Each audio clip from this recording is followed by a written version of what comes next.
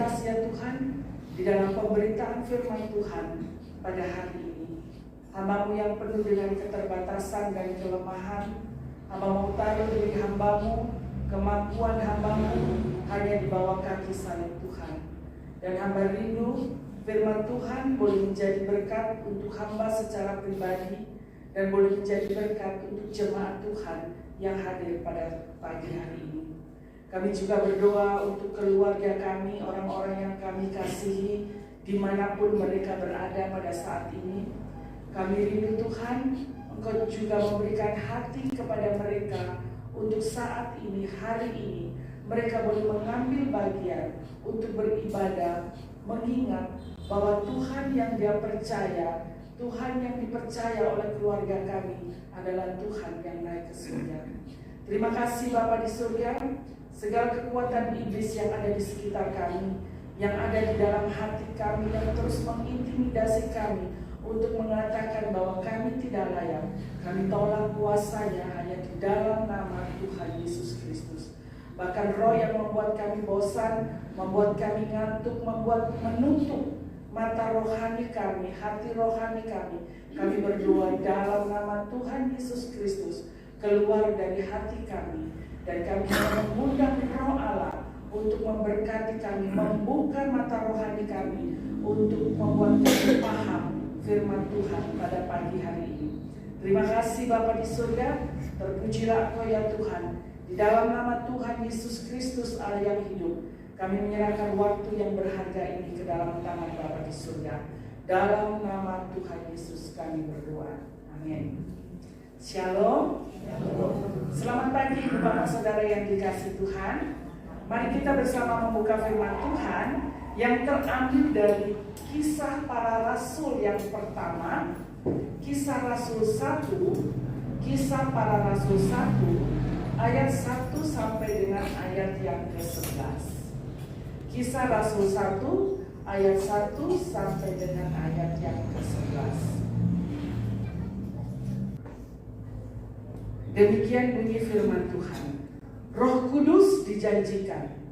Hai Theophilus, dalam bukuku yang pertama aku menulis tentang segala sesuatu yang dikerjakan dan diajarkan Yesus sampai pada hari ia terangkat. Sebelum itu, ia telah memberi perintahnya oleh Roh Kudus kepada rasul-rasul yang dipilihnya. Kepada mereka, ia menunjukkan dirinya setelah penderitaannya selesai.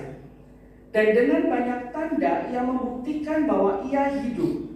Sebab selama 40 hari, ia berulang-ulang menampakkan diri dan berbicara kepada mereka tentang kerajaan Allah. Pada suatu hari, ketika ia makan bersama-sama dengan mereka, ia melarang mereka meninggalkan Yerusalem dan menyuruh mereka tinggal di situ menantikan janji Bapa yang demikian katanya. Telah kamu dengar daripadaku, sebab Yohanes membaptis dengan air, tetapi tidak lama lagi kamu akan dibaptis dengan Roh Kudus. Yesus terangkat ke surga. Maka bertanyalah mereka yang berkumpul di situ, Tuhan, maukah Engkau pada hari ini memulihkan kerajaan Israel? Jawabnya, Engkau tidak perlu mengetahui masa dan waktu yang ditetapkan Bapa sendiri menurut kuasanya. Tetapi kamu akan menerima kuasa kalau Roh Kudus turun ke atas kamu, dan kamu akan menjadi saksiku di Yerusalem, di seluruh Yudea dan Samaria, dan sampai ke ujung bumi. Sesudah ia mengatakan demikian, terangkatlah ia disaksikan oleh mereka, dan awan menutupnya dari pandangan mereka. Ketika mereka sedang menatap ke langit, waktu ia naik itu, tiba-tiba berdirilah 2 orang yang berpakaian putih dekat mereka, dan berkata kepada mereka, Hai orang-orang Galilea, mengapakah kamu berdiri melihat ke langit? Yesus ini yang terangkat ke surga meninggalkan kamu, akan datang kembali dengan cara yang sama seperti kamu melihat dia naik ke surga. Amin. Demikian jauh pembacaan firman Tuhan pada pagi hari ini, Yang berbahagia adalah setiap kita yang dengan setia membaca dan merenungkan firman Tuhan dalam hidupnya tiap-tiap hari. Tetapi jauh lebih berbahagia adalah setiap kita yang dengan setia melakukan firman Tuhan dalam hidupnya tiap-tiap hari. Ibu bapak saudara yang dikasihi Tuhan, tema yang diberikan kepada saya pada pagi hari ini yaitu masih ada waktu. Ya, masih ada waktu.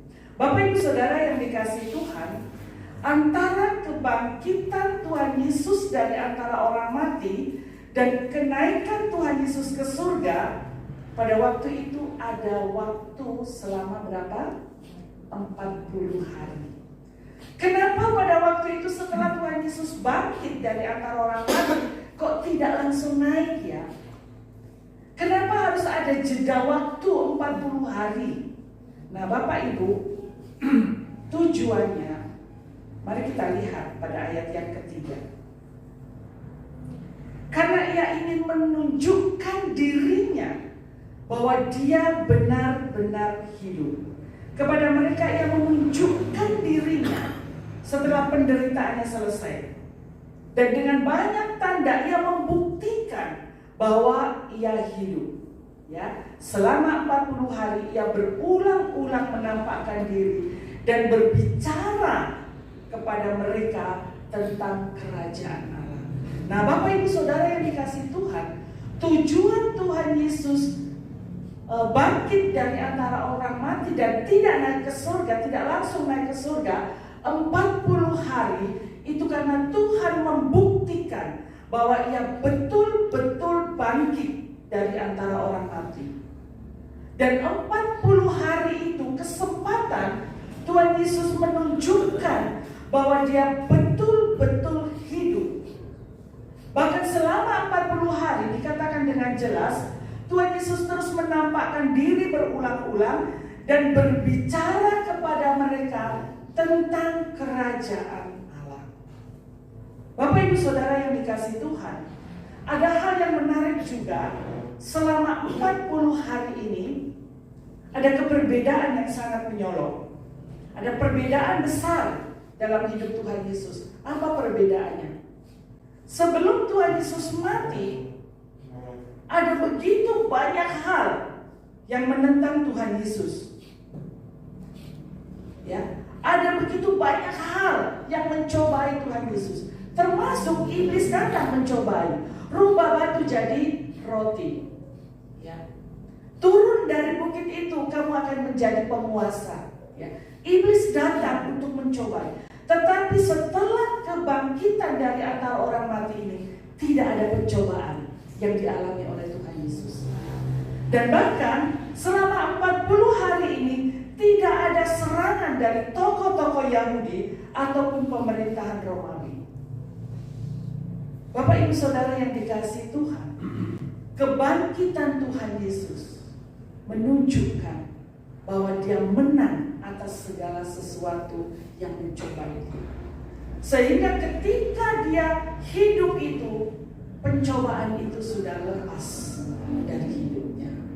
Bapak Ibu Saudara yang dikasihi Tuhan, yang kedua, kenaikan Tuhan Yesus ke surga itu adalah suatu kenaikan secara jasmani. Ya. Kenaikan yang bersifat jasmani. Kalau kita lihat kebangkitannya, kenaikannya ke surga, bahkan kedatangan Kristus yang kedua nanti itu bersifat jasmani. Nah, Bapak Ibu Saudara yang dikasihi Tuhan, jadi melalui kenaikan Tuhan Yesus ke surga, dikatakan disaksikan oleh banyak orang. Kalau dulu saya berpikir semua orang di muka bumi ini melihat bahwa dia naik. Ternyata tidak, Bapak Ibu ya. Saya harus meralat ini di antara anak-anak sekolah minggu. Ya. Pemahaman saya dulu bahwa Tuhan Yesus itu naik ke surga, semua orang di atas muka bumi ini melihat. Bayangan saya itu begini. Kenapa sampai orang-orang di sini pun bisa melihat? Bayangan saya itu seperti matahari. Matahari itu kan hanya satu. Seluruh dunia ini bisa lihat matahari kan? Karena begitu tingginya. Itu pemahaman saya. Sedangkan Tuhan Yesus naik ke surga itu kan dia di atas matahari toh, lebih tinggi dari matahari. Jadi semua orang ini di dunia ini pasti melihat. Ternyata tidak, Bapak Ibu.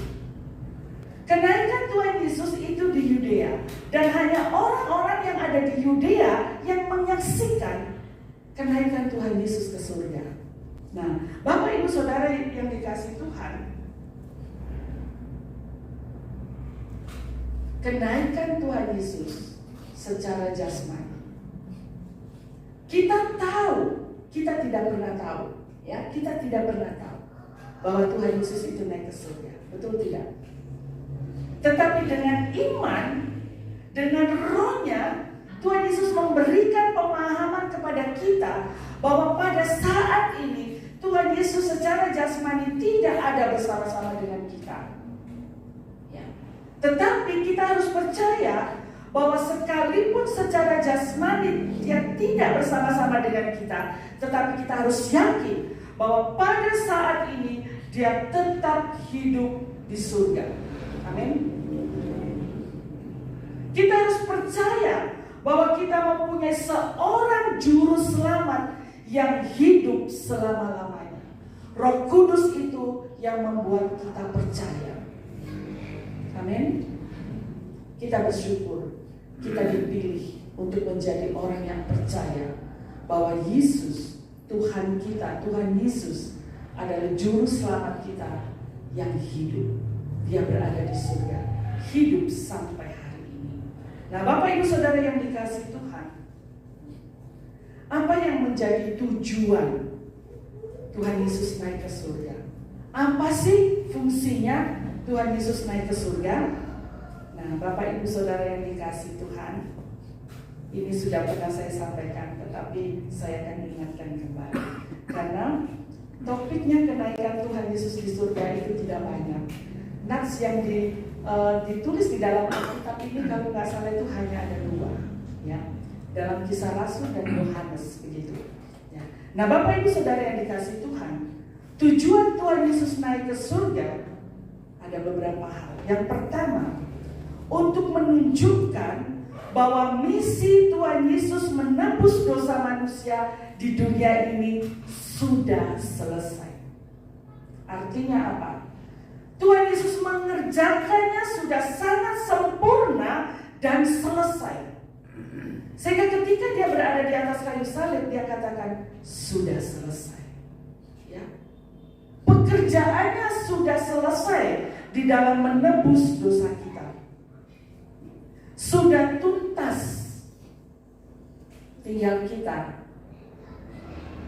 mau percaya atau tidak. Yang kedua, apa tujuan Tuhan Yesus naik ke surga? Untuk menunjukkan kepada kita, orang yang percaya kepadanya juga akan naik ke surga. Ya. Kenaikan Tuhan Yesus ke surga itu untuk menunjukkan kepada kita, orang-orang percaya, bahwa kita juga akan naik ke surga. Mari kita lihat di dalam Yohanes 14 ayat yang kedua.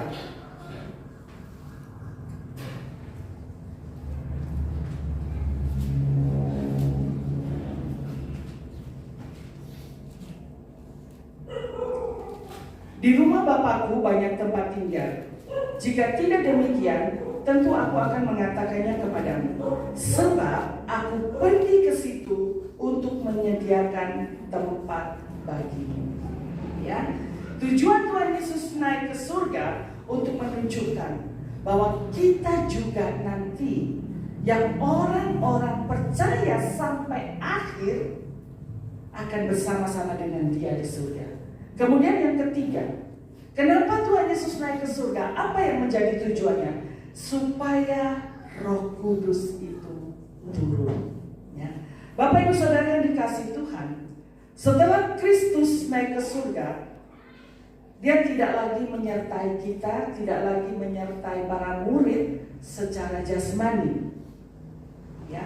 Dia tidak lagi secara jasmani berada dengan kita, tetapi turunnya Roh Kudus itu menyertai orang percaya.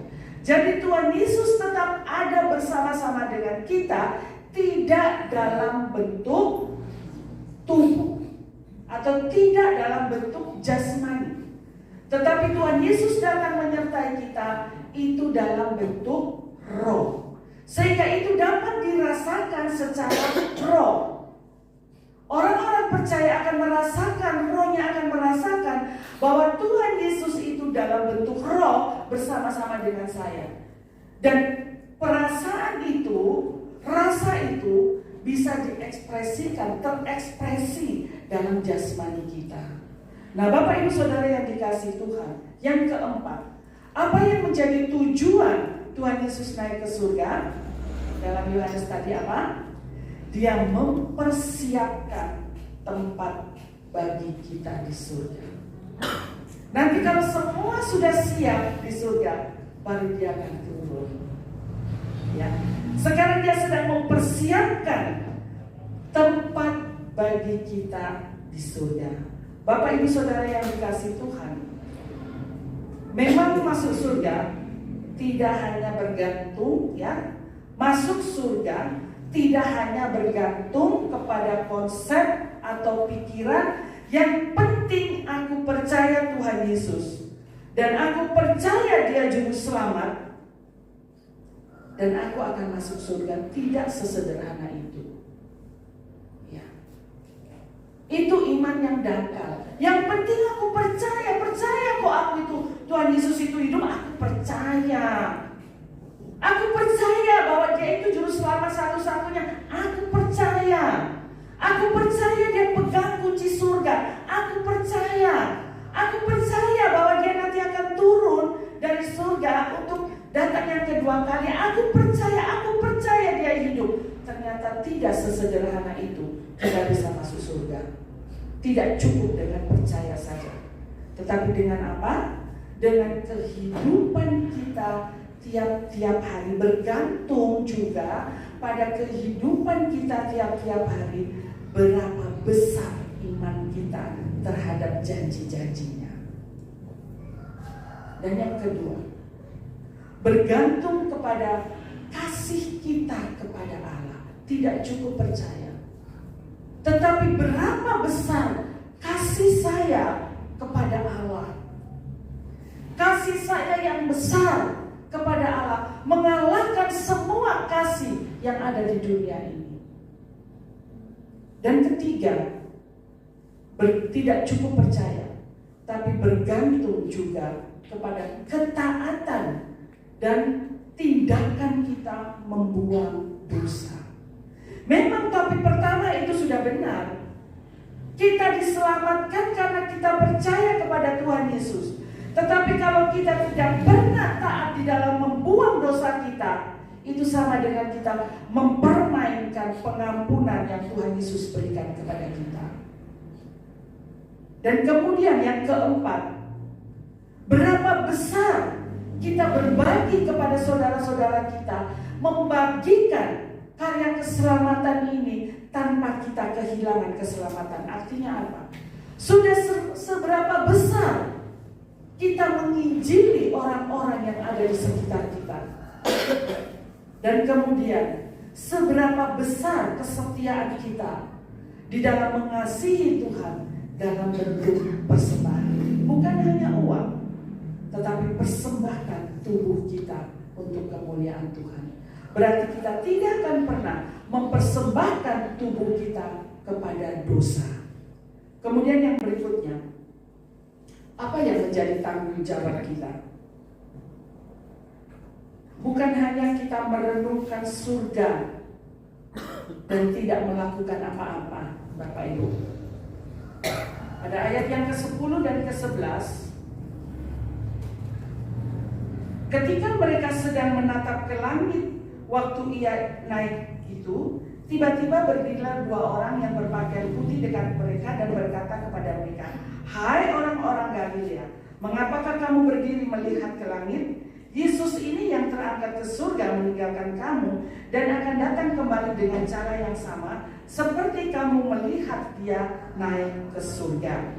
Nah, Bapak Ibu Saudara yang dikasihi Tuhan, kita percaya bahwa Tuhan Yesus akan datang kembali dengan cara yang sama seperti yang kita lihat, seperti yang mereka lihat. Ya, artinya apa? Bahwa tidak semua orang melihat kejadian ini, hanya di Yudea. Dan tugas kita, tanggung jawab kita apa? Tanggung jawab kita sebagai orang yang mengerti bahwa Kristus naik ke surga, kita dikasih tahu dari Alkitab ini.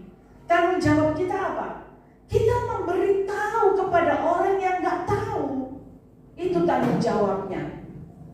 Ya. Tanggung jawab kita memberitahu mereka supaya mereka tahu. Ya. Karena tidak semua orang, hanya di Yudea yang tahu. Supaya mereka tahu, harus diberitahu. Siapa yang memberitahu? Kita yang memberitahu. Bapak Ibu Saudara yang dikasihi Tuhan, artinya apa? Tanggung jawab kita adalah memberitakan Injil. Tanggung jawab kita adalah bersaksi, itu perintah. Dan kalau tidak dilakukan, dosa. Karena itu tanggung jawab kita yang sudah mengerti, kita yang sudah diselamatkan, kita harus memberitakan kepada orang lain. Bersaksi katanya ya. Di mana harus bersaksi? Bersaksi kepada siapa? Memberitakan Injil kepada siapa? Dikatakan di sini, Lukas katakan di Yerusalem, di Yudea, di Samaria, bahkan di ujung bumi. Artinya apa? Di Yerusalem, beritakan Injil di keluarga kita. Beritakan Injil.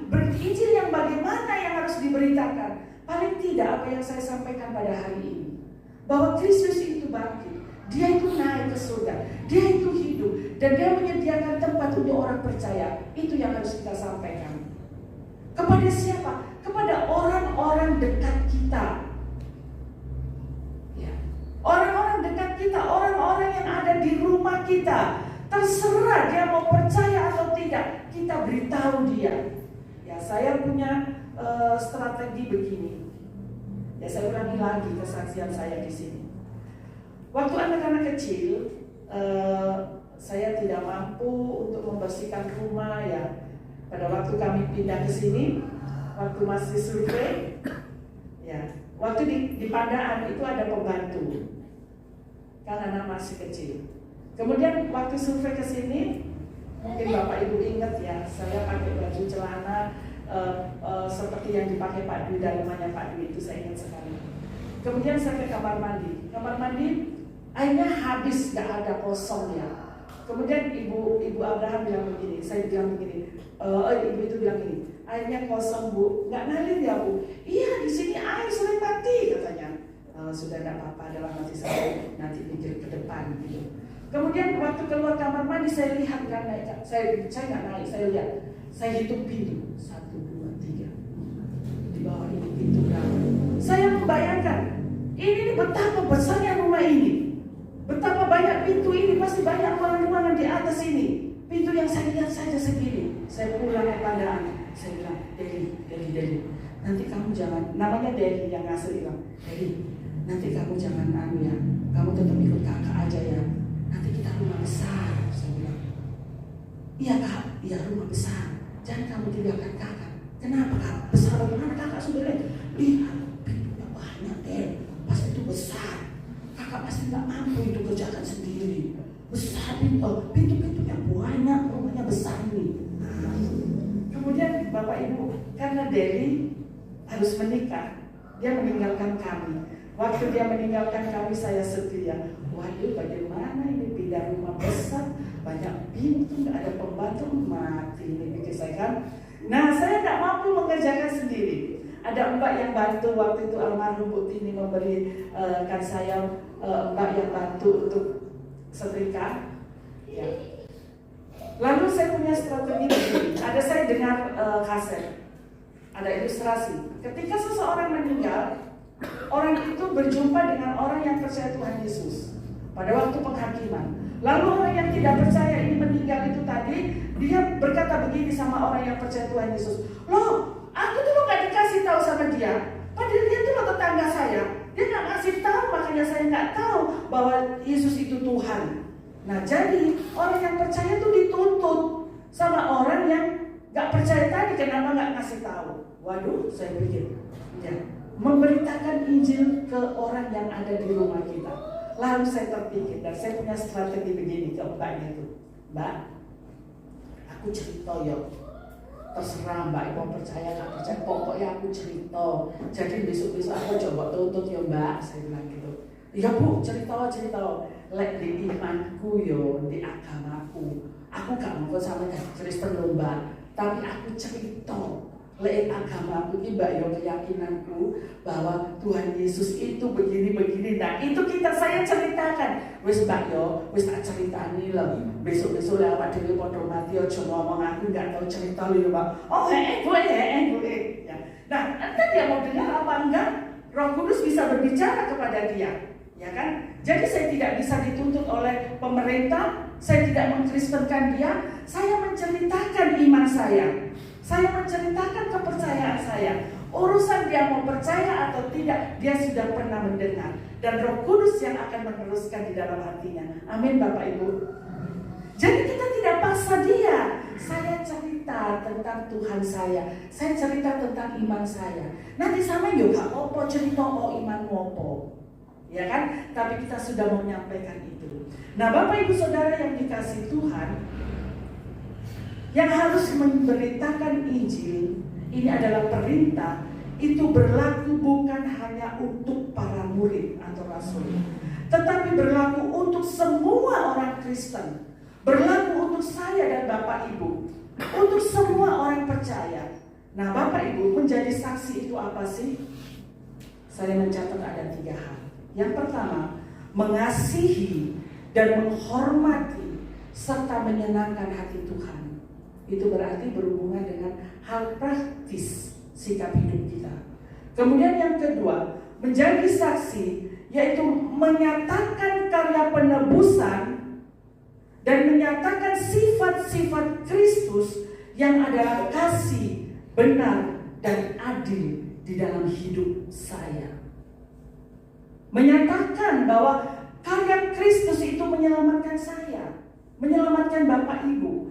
Dan Kristus yang kita miliki itu kasih kepada saya. Dan dia adalah benar dan adil di dalam hidup saya. Itu yang harus kita beritakan. Dan yang ketiga, ini yang agak sulit. Menginsafkan orang yang terhilang. Ya, ini agak sulit kalau ini. Tetapi bukan berarti kita tidak boleh berusaha. Nah, Bapak Ibu Saudara yang dikasih Tuhan, seperti pada hari ini, tema kita adalah masih ada waktu. Sekarang saya memberikan satu gambaran begini. Kalau misalnya pada hari ini ada satu bank yang menelpon kita, atau ada satu kenalan kita yang sedang telepon kita dan mengatakan begini kepada masing-masing kita atau kepada saya juga, hari ini tak kirim uang untuk kamu 100 juta. Ya. Tapi hari ini juga 100 juta ini harus habis. Saya kasih waktu kamu 12 jam. Ya, waktu tidur kan 12 jam. 100 juta harus habis dalam waktu 12 jam.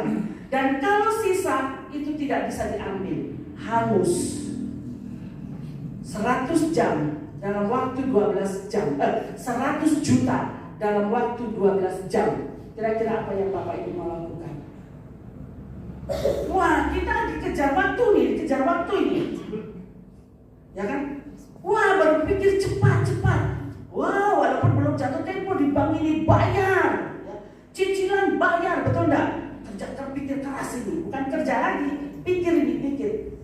Wah, tak nyaur utang ya, nyaur utang Pak David, bayar cicilan, ya, tuku beras, bayar sekolah, nggak dibayar kabeh, ya toh, cepetan dan becek, belum waktunya becek, wes ayo ini dikejar waktu 12 jam, semua kita kerahkan anak-anak kita, ya kan, cepet-cepet diambil, wes gampang. Ini kita semua Pak Davidnya urutan sing kae.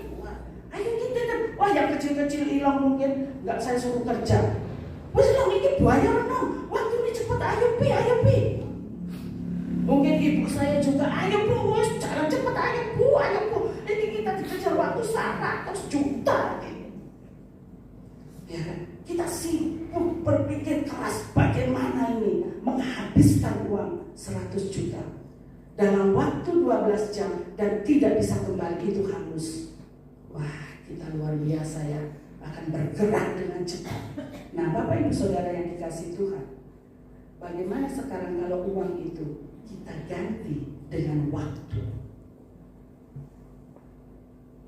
Ya, Tuhan kasih waktu buat kita siang hari ini 12 jam. Ya kan? Waktunya kan 24 jam, tetapi kan yang separuh ini kan kita pakai istirahat toh. Yang separuh ini kan yang kita pakai kerja. Nah, dengan waktu yang Tuhan berikan ini, apakah kita semaksimal seperti ketika kita mendapatkan uang? Nah, ini PR kita bersama. Ya. Kita masih punya waktu. Tetapi sampai kapan waktu itu kita sama-sama tidak tahu. Ya. Kadang-kadang Bapak Ibu yang punya anak-anak gadis ini pasti sudah pada berpikir keras, kapan anakku dan dapat jodoh ya, kapan anakku dan menikah ya, mumpung saya masih kuat ini, supaya aku bisa ngasuh putu ya, supaya aku bisa melindungi dia ya, betul enggak? Nah sekarang masih ada waktu buat kita, bukan untuk ngasuh putu, tetapi ada waktu buat kita untuk memberitakan Injil.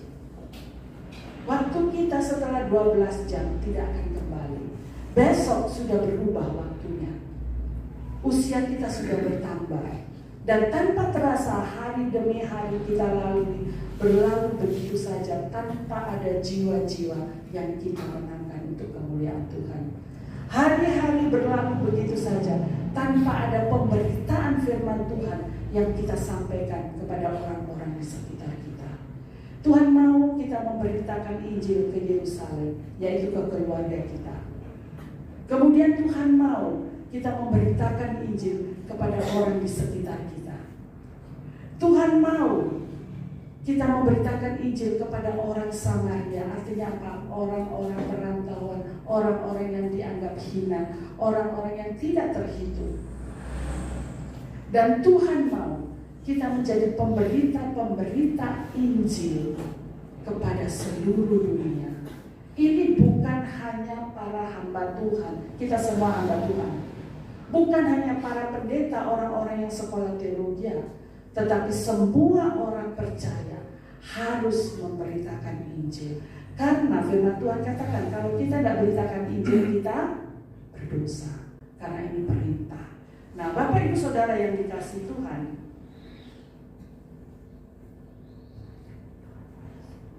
kalau kita percaya kepada Tuhan Yesus yang adalah Tuhan dan Juru Selamat kita, memang kita masuk surga menyenangkan. Tetapi mari kita berusaha menyenangkan hati Tuhan dengan membawa jiwa-jiwa untuk kemuliaan Tuhan, menginsafkan orang yang terhilang. Ya, orang yang saat ini, keluarga kita yang saat ini sedang hidup dalam dosa, itu berarti dia sedang terhilang. Ya, orang yang terhilang, mari kita berpikir seperti uang kita yang hilang. Apa yang kita alami? Sedih. Dan kita berusaha mencari sampai kita nggak bisa tidur, sampai pusing kita nggak bisa tidur, mikir duitku ingin dia. Nah sekarang kita pikirkan itu keluarga kita, saudara kita sedang terhilang. Mari kita pusing memikirkan dia. Bagaimana cara supaya dia kembali? Dia tidak boleh kita anggap hina, tetapi mari kita melihat dia sebagai jiwa yang sedang terhilang. Dan kita harus membawa dia untuk dibawa kepada Tuhan, dikembalikan lagi kepada Tuhan. Itu tugas kita, tugas saudara, tugas saya, tugas kita semua. Mari kita berdoa. Kami kita bersyukur ya Tuhan, Oleh karena kami dipilih Tuhan untuk menjadi percaya. Kadang-kadang kami puas dengan pemilihan Tuhan kepada kami. Tetapi kami seringkali lupa untuk menceritakan bagaimana kami dikasihi Tuhan dan dipilih. Kami lupa menceritakan kepada orang lain. Tuhan mampukan kami untuk dapat melihat orang-orang yang ada di sekitar kami yang membutuhkan keselamatan. Bahkan mampukan kami untuk berani membawa mereka kepada jalan Tuhan. Kami membutuhkan Engkau Tuhan. Kami membutuhkan penyertaan-Mu, pengurapan-Mu untuk kami dapat menyampaikan kebenaran Allah kepada mereka. Terima kasih untuk waktu yang masih ada. Dan biarlah setiap kami mulai hari ini mempergunakan waktu yang ada sebaik mungkin dengan media yang ada. Mungkin kami bisa memakai dengan WA, dengan berdoa di telepon. Tuhan mampukan kami bukakan hal-hal cara untuk kami bisa membawa saudara-saudara kami yang terhilang. Terima kasih Bapa. Terpujilah Engkau ya Tuhan. Di dalam nama Tuhan Yesus Kristus kami berdoa. Amin.